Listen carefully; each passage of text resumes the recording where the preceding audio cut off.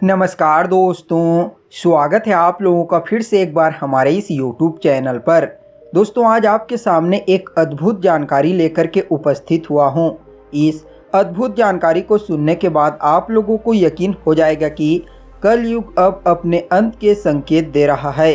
कलयुग अब यह दर्शा रहा है कि जल्द वह खत्म होने वाला है।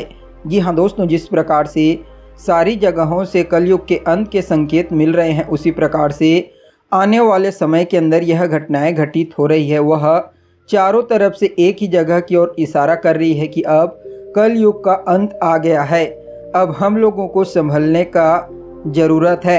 आज की जो जानकारी है दोस्तों, मेरे ख्याल से अभी तक YouTube में किसी ने नहीं बताई होगी, तो वह आपके सामने लेकर के मैं उपस्थित हुआ हूँ। तो चलिए फिर देर नहीं करते शुरू करते हैं।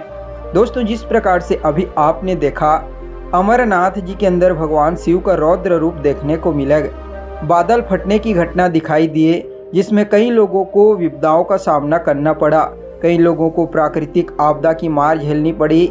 यही संकेत जो अमरनाथ जी से मिले हैं, क्या वह आने वाले टाइम के अंदर कहीं और से मिले हैं?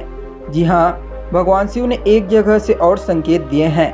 भगवान भोलेनाथ स्वयं कलयुग में प्रकट हुए और उसके बाद बहुत ही चमत्कारिक घटना हुई। आगे आपको संक्षेप में इस वीडियो के अंदर बताने वाला हूँ कहाँ पर यह घटना घटी, किस प्रकार से घटना घटी।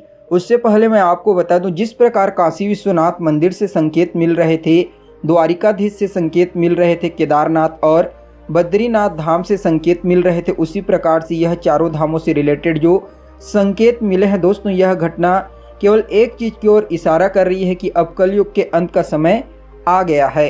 अब प्रभु श्री कल्कि के सामने आने का समय आ गया है। यह समय हमें यह बता रहा है कि अब हमें किसी और मत की ओर नहीं झुकना है, हमें सत्य के मार्ग पर चलना है। और सत्य के मार्ग पर चलते हुए इस कलयुग में, जो घोर कलयुग का समय है, वर्तमान समय में जो चल रहा है, इसे खत्म करना है और प्रभु की भक्ति में आगे बढ़ते हुए हमें अपने आप को प्रभु की भक्ति में ही विलीन कर लेना है।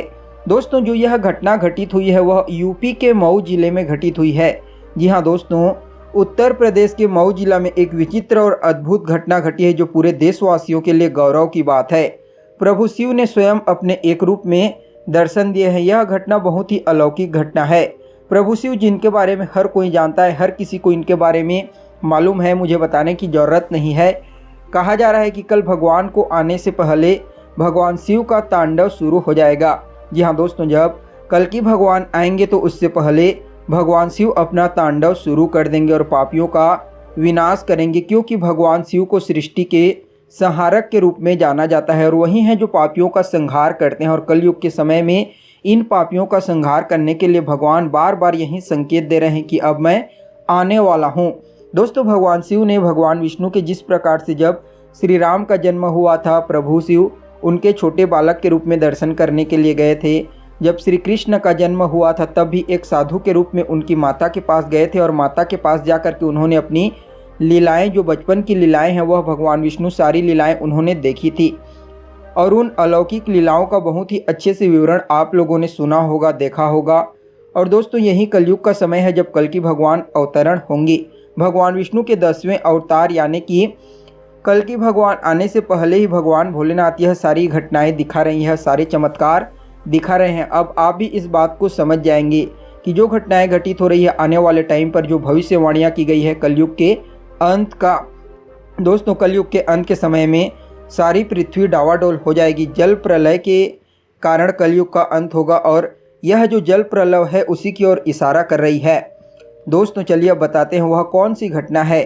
आपको बता दें, उत्तर प्रदेश के मऊ जिले के दोहरी घाट नदी के सरयू नदी के अंदर 53 किलो का शिवलिंग प्राप्त हुआ है।